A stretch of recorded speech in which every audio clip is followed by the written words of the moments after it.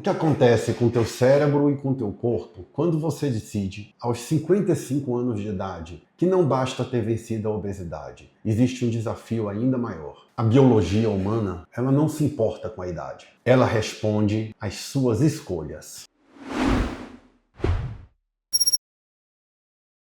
Chegamos à semana 4 do projeto Médico e Monstro. E hoje eu vou mostrar não só como eu cheguei no menor percentual de gordura desde que eu comecei esse processo e ainda aumentando massa muscular. Eu vou falar com vocês sobre a neurobiologia da disciplina. Então, além dos resultados da semana, eu vou mostrar a vocês como eu parei de brigar com o meu cérebro e como eu aprendi a governar o meu metabolismo. E isso não é só preparação para o palco, isso é aplicação clínica no consultório. Então, se você quer parar de patinar na dieta, presta atenção que o conteúdo dessa semana tá muito bom. Então, gente, em 4 semanas, quando a gente pega o total do processo, o que é que eu consegui fazer com essa preparação? Eu consegui perder gordura e ganhar massa muscular, fazendo o que parecia assim um contrassenso, que é aumentar o volume de comida, reduzir drasticamente as medicações que eu usava para controle de peso, ainda, né? Vocês sabem que eu sou um obeso tratado, então eu ainda estou em dose de manutenção com a tirzepatida, mas ela já foi reduzida pela metade essa dose e eu continuo emagrecendo. Na verdade, nessas últimas 4 semanas eu tive uma das maiores perdas de peso dos últimos tempos. E a gente vai conversar um pouquinho sobre isso e como isso aconteceu. Então, na primeira semana, a primeira coisa que a gente fez foi reduzir o consumo de sal e tirar os ultraprocessados da dieta. E só nessa primeira semana a gente derrubou 4 quilos de peso. Vocês devem lembrar, tá lá no primeiro vídeo, no vídeo da semana 1. Então eu vou deixar o link aqui na descrição e você aqui no canal mesmo acha esses vídeos antigos. Nas semanas seguintes nós fizemos aquilo que muita gente tem pavor, né? Nós aumentamos os carbos da dieta. E com isso a ideia era encher a musculatura e reduzir ainda mais a gordura corporal. E nós conseguimos fazer exatamente isso. Vocês podem ver nos vídeos das semanas 2 e 3, que também mostram essa evolução. Então chegamos na semana 4 e a medicina esportiva, toda a ciência de metabolismo e performance vira pura matemática. Na balança, eu perdi mais 1,1 kg, mesmo peso que eu perdi na semana anterior. Mas no adipômetro, galera, o negócio foi outro, tá? Eu baixei de 7,5 para 5,2 de gordura corporal. Um resultado assim espetacular para uma semana de dieta, uma semana de preparação. Isso significa que, mesmo com todo esse processo disciplinar, com todo esse aumento de volume de comida, aumento de carbo, eu oxidei e queimei 2,1 kg de gordura e ainda consegui construir 1 kg de massa muscular. Um resultado assim que vocês podem imaginar que o quanto parece raro, o quanto parece praticamente impossível e o quanto eu vou mostrar para vocês que é viável. E o quanto eu vou mostrar para vocês como é que eu consigo aplicar isso no consultório e fazer com que meus pacientes tenham um resultado que é um resultado extraordinário. Qual é a chave para isso? Nós criamos um ambiente metabólico onde o meu organismo ele foi ensinado e treinado a utilizar gordura como combustível, preservando o músculo. Esse é o segredo. Essa é a chave para um emagrecimento sustentável, para o fortalecimento muscular, para a manutenção da sua reserva metabólica e manutenção da sua saúde física e mental em níveis ótimos. Nesse nível agora, a expectativa é que a gente vá corrigindo pequenos detalhes. Com 5,2 de gordura, eu já não tenho muito mais gordura para queimar. Então, agora os ajustes eles são mais discretos, são ajustes mais sensíveis e estes ajustes eles visam a me dar um físico de palco, quer dizer, um físico com a pele cada vez mais fina e a musculatura cada vez mais colada ao corpo, sem perder rendimento muscular nos treinos e também sem comprometer minha saúde e meu rendimento nas outras áreas, né?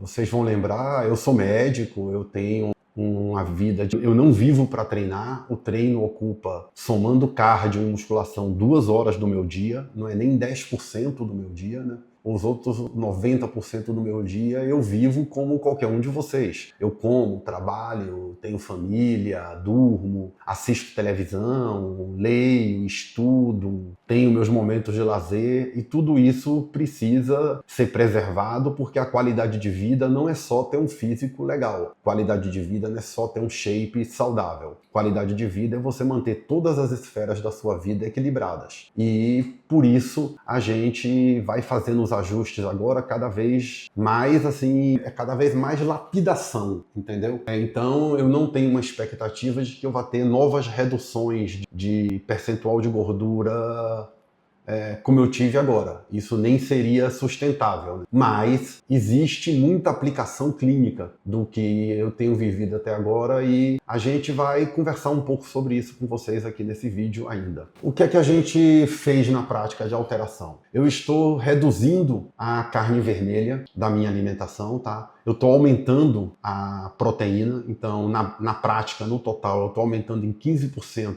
a ingestão de proteína, reduzindo em 15% a ingestão de carbo. Isso vai me manter mais ou menos com o mesmo aporte calórico que eu vinha mantendo, mas uma mudança importante é que eu estou reduzindo a carne vermelha, que hoje ocupava cerca de 70% das minhas refeições, para 30% e aumentando o frango para 70%.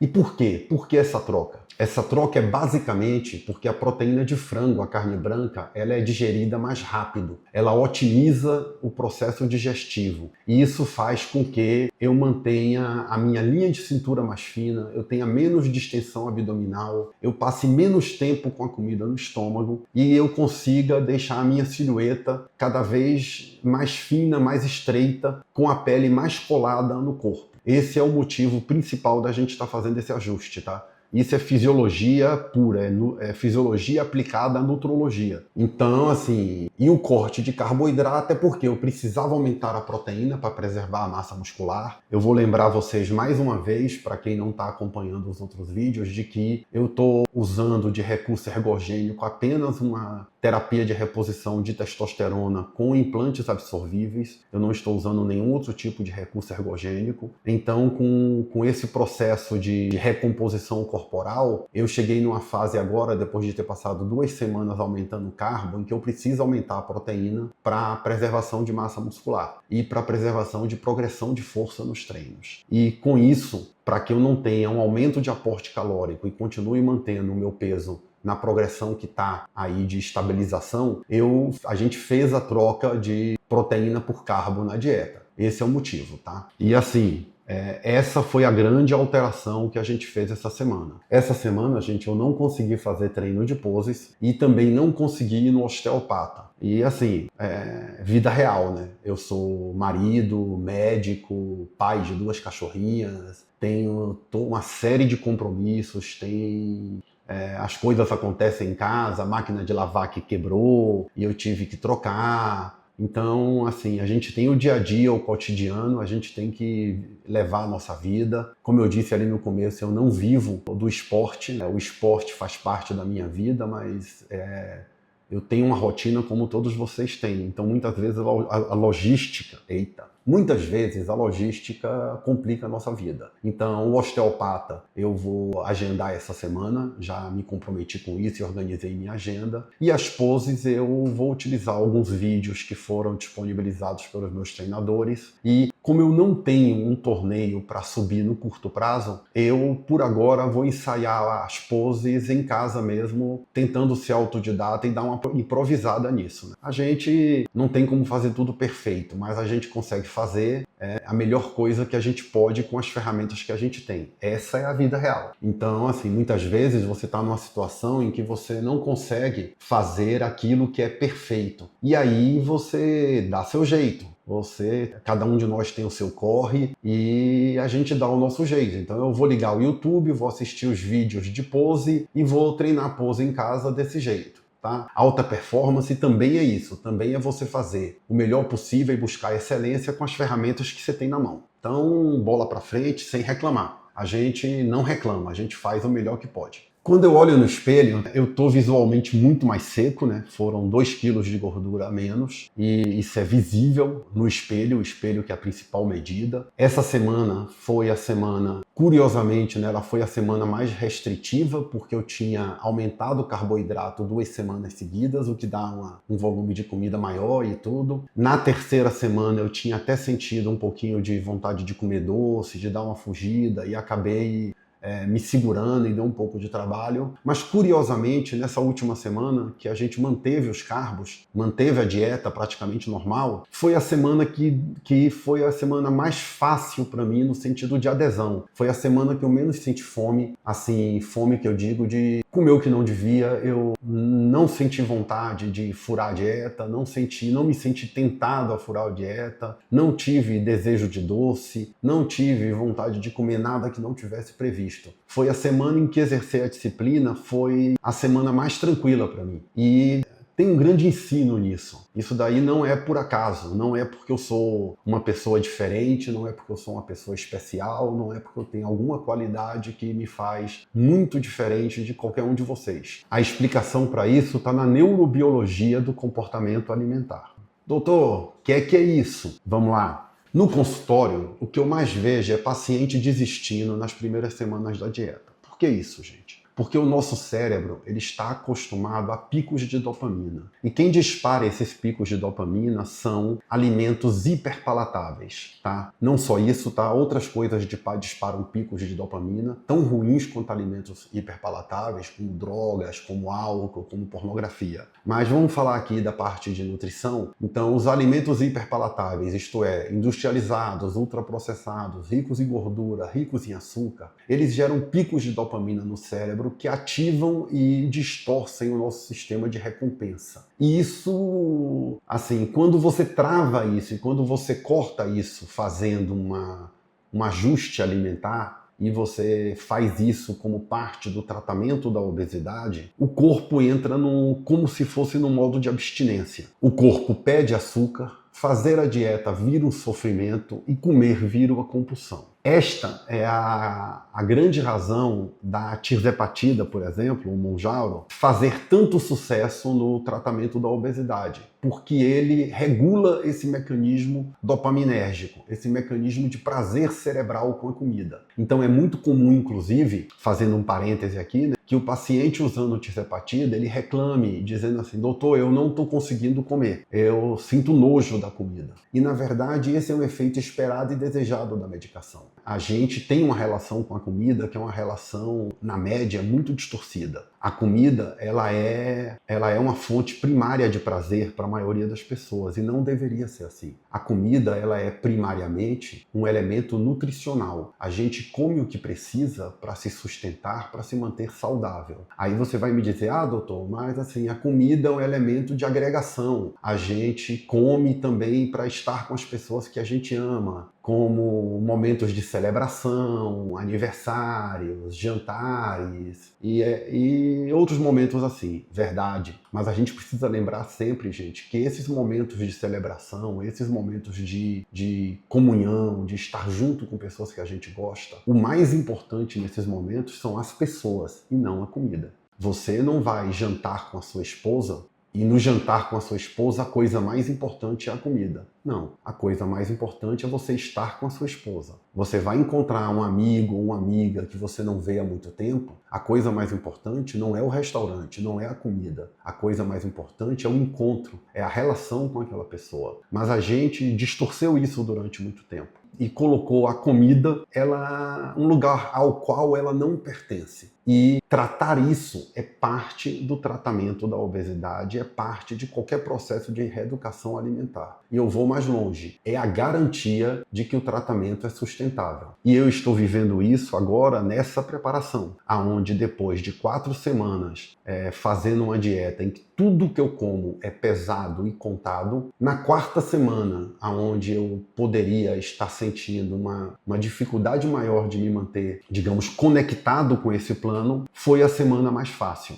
Eu estou remodelando o meu cérebro e o meu organismo para que ele entenda uma nova relação com a comida. E eu tenho um desafio agora de viabilizar a aplicação disso dentro dos níveis assim, do dia a dia das pessoas que não têm o mesmo objetivo que eu em relação à preparação em si, mas eu tenho um desafio de aplicar boa parte disso também no consultório, para que além do meu sucesso, do sucesso que eu estou tendo até agora, na resposta do meu físico ao objetivo que eu me coloquei, eu também possa tirar daí um aprendizado e um enriquecimento do método que eu uso hoje para fazer com que meu paciente tenha resultados, não só de emagrecimento, mas de melhora metabólica e de performance após os 40 anos, através dessa remodelação neurobiológica. E o objetivo dessa remodelação é fazer com que a pessoa adquira flexibilidade metabólica, tá?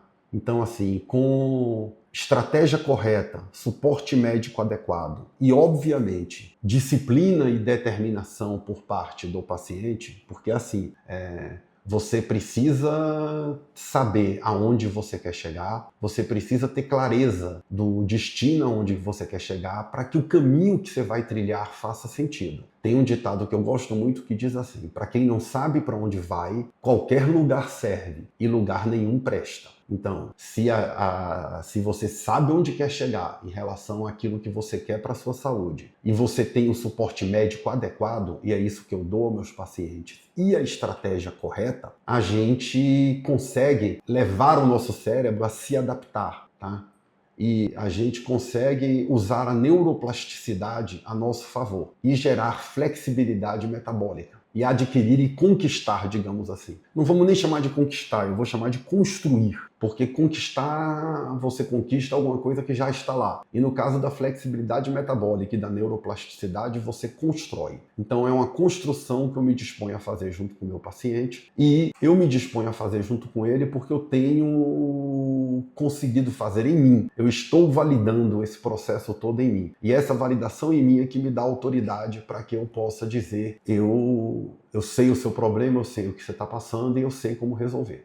Quando a gente desenvolve a flexibilidade metabólica, o corpo ele passa a depender de açúcar o tempo inteiro. E você para de ter aquele desejo incontrolável por estar alimentando o teu corpo de açúcar para saciar a sede do teu cérebro por dopamina. E o teu corpo é treinado, a expressão é treinado a usar a gordura como fonte de energia.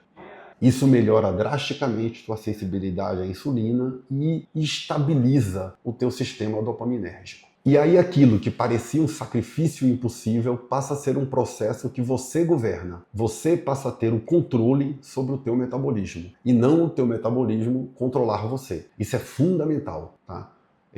Eu acredito que o grande aprendizado desse processo todo tem sido esse. Hoje eu governo o meu metabolismo. Ele não tem nenhum poder sobre mim. Quando eu governo o meu metabolismo, a minha mente começa a trabalhar para proteger o meu corpo. Então, eu começo a ser uma pessoa em que eu passo a ter um senso de autoproteção mais fortalecido. E assim, aí tem mais um ensinamento para a vida, né?